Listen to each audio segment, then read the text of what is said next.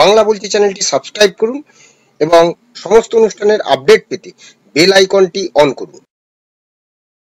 নমস্কার, বাংলা বলছি চ্যানেলে আপনাদের স্বাগত। বাংলাদেশের পরিস্থিতি হঠাৎ করে পরিবর্তন হচ্ছে, আচমকায় অতি সক্রিয় হয়ে উঠছে সেনাবাহিনী। রাজধানী ঢাকার পরিস্থিতি বেশ থমথমে। রাজধানীর বাসিন্দাদের বক্তব্য যে শুক্রবার বিকেলের পর থেকে শহরের সেনা তৎপরতা বেড়ে গেছে এবং আহ, শুধু তাই নয়, চট্টগ্রাম, সিলেট, রাজশাহী, খুলনা, বরিশালের মতো বিভাগীয় শহরগুলোতেও সেনার তৎপরতা বেরিয়ে গেছে। তাহলে কি বাংলাদেশে ফের সেনা অভ্যুত্থান হতে চলেছে? সেনার দখলেই কি বাংলাদেশ? ওয়াকিবল মহলের একাংশ বলছেন যে সেনাবাহিনী হয়তো ইউনিস সরকারকে হটিয়ে দেশের ভার নিজেদের হাতে নিতে পারে। সেই কারণে ঢাকার লাগোয়া ক্যান্টনমেন্ট গুলো থেকে সেনাবাহিনীকে ঢাকায় আনা হচ্ছে। এই তৎপরতা এমন সময় শুরু হয়েছে যখন শেখ হাসিনাকে সরানো ছাত্র নেতৃত্বের সঙ্গে সেনাবাহিনীর তীব্র বিরোধ তৈরি হয়েছে আওয়ামী লীগকে নিয়ে। সেনাপ্রধান ওয়াকারুজ্জামান আওয়ামী লীগকে নিয়ে নির্বাচন করতে হবে বলে সাফ জানিয়ে দিয়েছেন। ছাত্র নেতৃত্ব, বিশেষ করে জাতীয় নাগরিক পার্টি, সেই সিদ্ধান্তের তীব্র বিরোধিতা করেছে এবং তাই নিয়ে সমাজ মাধ্যমে পরিস্থিতি উত্তপ্ত হয়ে উঠেছে। আর ঠিক এই জায়গাতেই কিছুদিন আগে সেনাপ্রধানকে কিন্তু গ্রেপ্তার বা সেনাপ্রধানকে হাইজ্যাক করার চেষ্টাও করা হয়েছিল।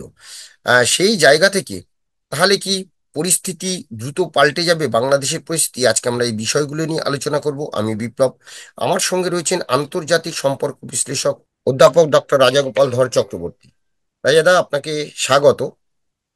রাজাদা, কি মনে হচ্ছে বাংলাদেশের যা পরিস্থিতি, হঠাৎ করে সেখানকার যিনি সেনা প্রধান, আহ, তিনি সক্রিয় হয়ে উঠেছেন এবং সেনাদেরও বিভিন্ন জায়গায় সক্রিয় উঠতে দেখা যাচ্ছে।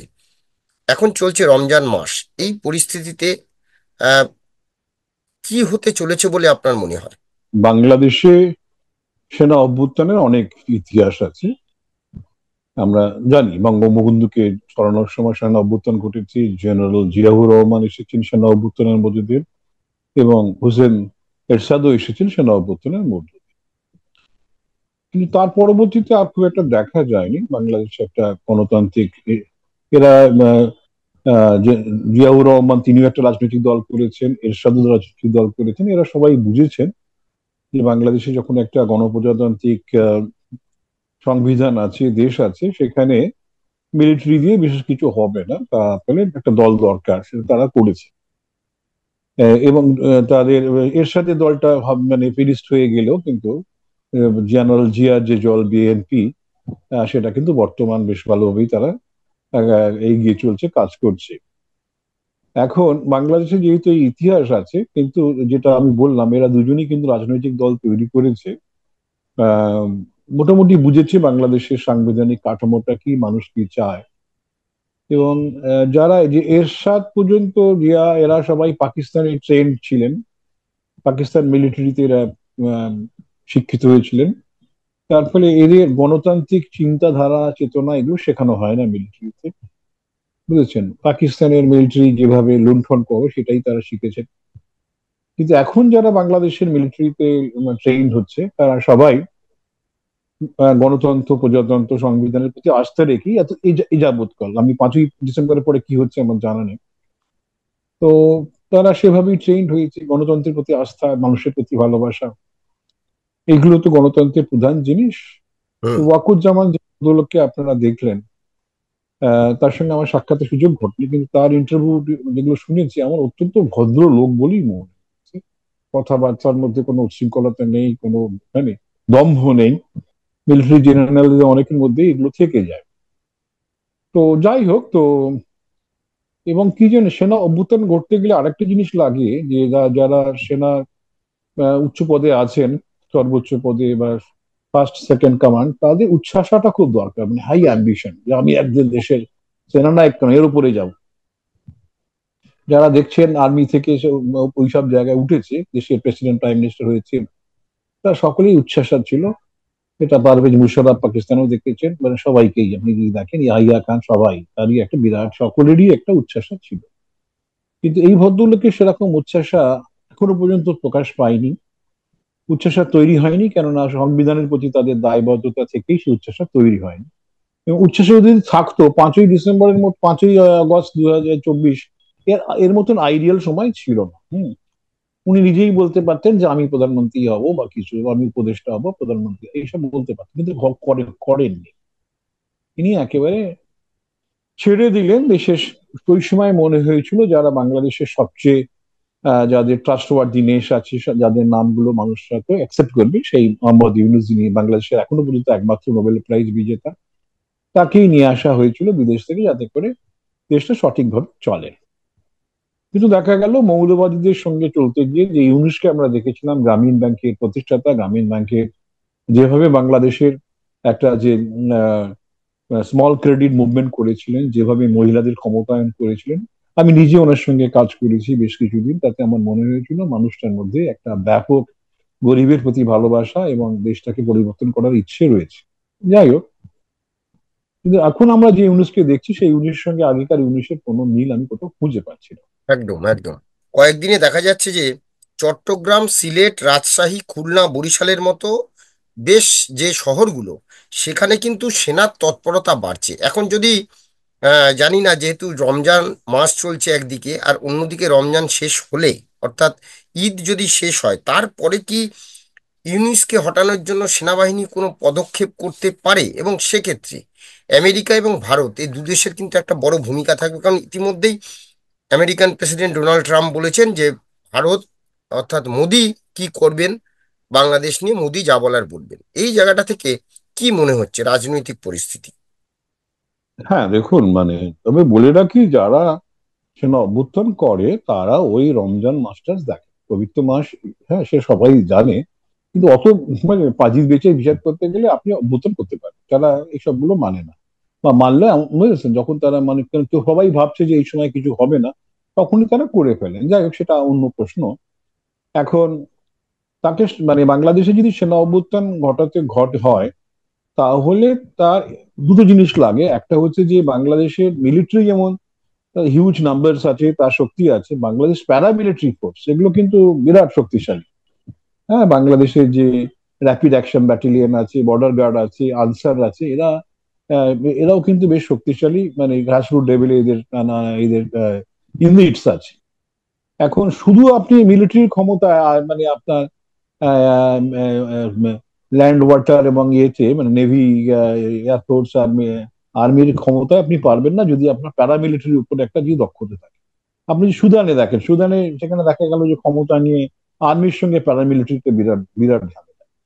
এখন দেখা গেছে আর্মি মোটামুটি প্যারামিলিটারিকে প্রায় শেষ করে দিচ্ছে সুদানে। যাই হোক, এখন বাংলাদেশে আম, সেই যে সংহতি, মিলিটারি, পুলিশ, প্যারামিলিটারি, পুলিশ এবং পুলিশ, এই তিনটের সঙ্গে সংগতি যদি থাকে, তাহলেই কিন্তু আপনি একটা সেনা অভ্যুত্থান এই মুহূর্তে করতে পারেন। এটা হচ্ছে একটা দিক। 2 নম্বর জিনিসটা যেটা প্রয়োজন হয়, আপনি যখন সেনা অভ্যুত্থান করছেন তখন আপনার ভেতর থেকেও কেউ না কেউ তার প্রতিরোধ করতে পারে, কাউন্টার ইনসার্জেন্সি হতে পারে। তখন আপনার কিন্তু তাদের কোথায় কি কি পজিশন আছে, কিভাবে তারা কোথায় রয়েছে, সেটাকে ট্যাকেল করতে গেলে একটু আরো শক্তিশালী আপনার জিনিসের প্রয়োজন হয়। এই শক্তিশালী জিনিসটা বাংলাদেশের বাইরে থেকেই আসতে পারে। যদি আজ সেনা প্রধান হিসেবে কেউ, আপনি যেটা বললেন, আমেরিকা বা ভারতের সঙ্গে কেউ যোগাযোগ করে থাকে বা আরো অন্য কোনো দেশের সঙ্গে যোগাযোগ করে থাকে, তাহলে হয়তো সে বুঝতে পারবে যে আমার বিপদ হলে এরা আসতে পারে। সুতরাং কঠিন কাজ, সুতরাং এগুলো যারা করেছেন, এবং একই সঙ্গে যখন সে একটা গণতান্ত্রিক কাঠামোতে আপনি তো বেশি দিন ধরে রাখতে পারবেন না, আপনার একটা জনগণের সমর্থনও লাগে। হুম। অর্থাৎ কোনো একটা মেন পার্টি, যারা মেন স্ট্রিম পার্টি, তাদেরও একটা সমর্থন আপনার থেকেই যাবে। সুতরাং আপনি তো হটাতে চাইছেন ইউনুসকে, তার মানে আপনি জামাতকে সঙ্গে নিতে পারবেন না, হ্যাঁ, বিএনপি নিতে পারবেন না, তাহলে আওয়ামী লীগের সঙ্গে কোনো একটা যদি অ্যালায়েন্স করা যায়, যাদের, যারা এখন হয়তো আন্ডারগ্রাউন্ডে হয়ে গেছে কিন্তু তাদের তো চারিদিকে সংগঠন আছে, তারা হয়তো বহুদিন ক্ষমতায় থেকে পয়সা টয়সা খেয়ে তারা হয়তো পথে নামতে অনেকে ভুলে গেছে, কিন্তু সংগঠন আছে, এটা মানতেই হবে, সংগঠন আছে। মানুষ কিন্তু এখন মনে করছে 8 মাসের আগে আমরা ছিলাম অনেক ভালো ছিল। এই একটা ভাবনা কিন্তু মানুষের মধ্যে তৈরি হয়েছে, এবং আরো যত দিন যাবে তত কিন্তু এই ধারণাটা আরো বদ্ধমূল হবে যে এটা এই পরিবর্তনের প্রয়োজন ছিল। কিন্তু এই জায়গায় দাঁড়িয়ে আর্মি যদি সেখানে কোনো অভ্যুত্থান করতে চায়, তাকে আওয়ামী লীগের সঙ্গে একটা ভালো যোগাযোগ রাখতে হবে এবং এবং বলতে দ্বিধা নেই, যেহেতু আমরা বাংলাদেশের বাইরে আলোচনা করছি, আহ আওয়ামী লীগই কিন্তু এই আর্মি প্রধানকে নিয়োগ করেছিলেন। পুলিশের উপর তার দখল আছে, প্যারামিলিটারি ফোর্সেরও দখল আছে বিরাট, কিন্তু এই কমাসে পরিবর্তন ঘটেনি। মিলিটারিতে তো ঘটেইনি, আর প্যারামিলিটারি বা পুলিশও ঘটে। অনেকেই মনে করেন যে এই তিন জায়গাতে যে আওয়ামী লীগের প্রধান শেখ হাসিনার একটা বড় কন্ট্রোল এখনো আছে। তো উনি নিরাপদে আছেন, আর ভারতবর্ষে আছেন আমরা জানি, কোথায় আছেন তা জানি না, কিভাবে কার সঙ্গে যোগাযোগ করছেন কোনো খবর আমাদের নেই। মাঝে মাঝে ওনার আমরা দেখতে পাই যে সোশ্যাল মিডিয়ায় উনি আসছেন, বক্তৃতা টক্তৃতা করছে, এর বাইরে আমাদের কাছে তো কোনো খবর থাকে না। হুম। কিন্তু যারা অভ্যুত্থান করবে তারা তো আর এই সোশ্যাল মিডিয়ার উপর ভরসা করে না, তাদের নিশ্চয়ই একদম। নেটওয়ার্ক থাকে। হুম। সেই নেটওয়ার্ক তারা কিভাবে তৈরি করেছে সেটা আমাদের জানা নেই। তবে এই আর্মি জেনারেল কিছুদিন আগে কোন একটা দেশে গেছিলেন, ভাববার কোনো কারণ নেই যে সেই দেশটাই তার কাছে যাওয়ার গুরুত্বপূর্ণ, সেটাই দেশটাই ঘোরার তার কাছে লক্ষ্য ছিল, তা তো হয় না। অনেক সময় এমন একটা দেশে যাওয়া হয় কোনো প্রয়োজনই নেই সেই দেশে যাওয়ার, নিমন্ত্রণ সবারই থাকে, ওই লেভেলে চলে গেলে প্রচুর নিমন্ত্রণ বিভিন্ন দেশের থেকে থাকে। কোনো একটা নিমন্ত্রণ গ্রহণ করে সেখানে গিয়ে আপনি অন্য এজেন্টদের সঙ্গে কথা বললেন, বিদেশি এজেন্টদের সঙ্গে কথা, কেউ তখন আপনাকে সন্দেহের চোখে দেখে।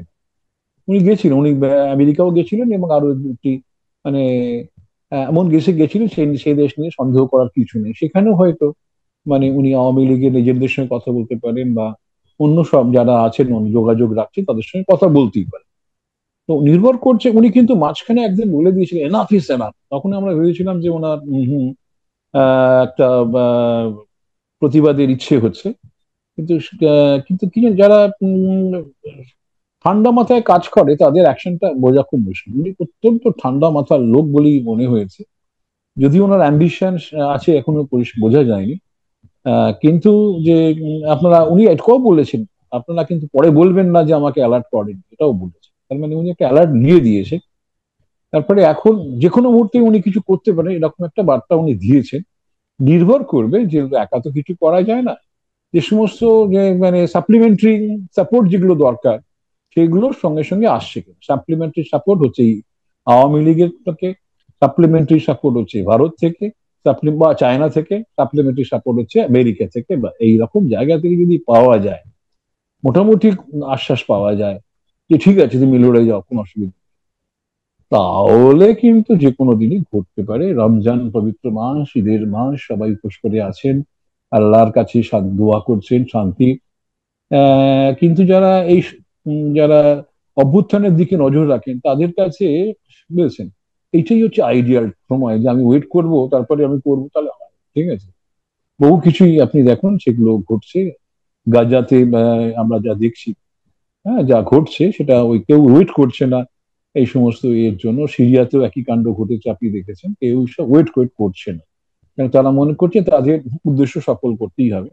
কিন্তু যেহেতু এই ওয়াকার জন্য অত্যন্ত ভদ্রগোছের মানুষ, অত্যন্ত শিক্ষিত মানুষ, ধর্ম ভীরু মানুষ বলেই আমার ধারণা, তিনি হয়তো যেটা আপনি ভাবছেন যে রমজান মাসটা ওয়েট করতেও পারেন, একদম। যেহেতু ওনার মধ্যে এই সমস্ত ভ্যালুস গুলো রয়ে গেছে। সুতরাং যাই হোক, আমি এক্ষুনি যে হবে আমরা বলছি না, তবে অনেক কিছু নির্ভর করছে। মানে আরো বহু আরো হয়তো কিছুদিনের হুম, অপেক্ষা, অর্থাৎ সত্যি সত্যি সেনা অভ্যুত্থান কি হতে পারে বাংলাদেশে, অনেকগুলো পারমুটেশন কম্বিনেশনের উপর সেটা নির্ভর করছে। কিন্তু ওয়াকিবহাল মহলের একাংশ বলছে সেনাবাহিনী ইউনিট সরকারকে হটিয়ে দেশের ভার নিজেদের হাতে নেওয়ার সম্ভাবনা আছে, এবং সেটা হয়তো এপ্রিল মাসেই হতে পারে। জানি না এখন ভবিষ্যতে বলবি কি হবে। কারণ আহ, আহ, বাংলাদেশ সেনাবাহিনীর মধ্যেও কিন্তু আহ, তিনটি ভাগ রয়েছে। একটা ভাগ হচ্ছে নিউট্রাল, তারা চায় যে দেশভক্তি, তারা চায় যে আহ, আহ, দেশটা ঠিকঠাক থাকুক, দেশ ঠিকভাবে চলুক। আরেকটি ভাগ আছে আমলিকপন্থী, অন্য একটি ভাগ আছে মৌলবাদী। তো এই জায়গা থেকে কার পাল্লা ভারী, সত্যি কি হয় কিনা সেদিকে আমাদের নজর থাকবে। ধন্যবাদ রাজেদা, ধন্যবাদ আপনাদের, সবাই ভালো থাকবেন। নমস্কার।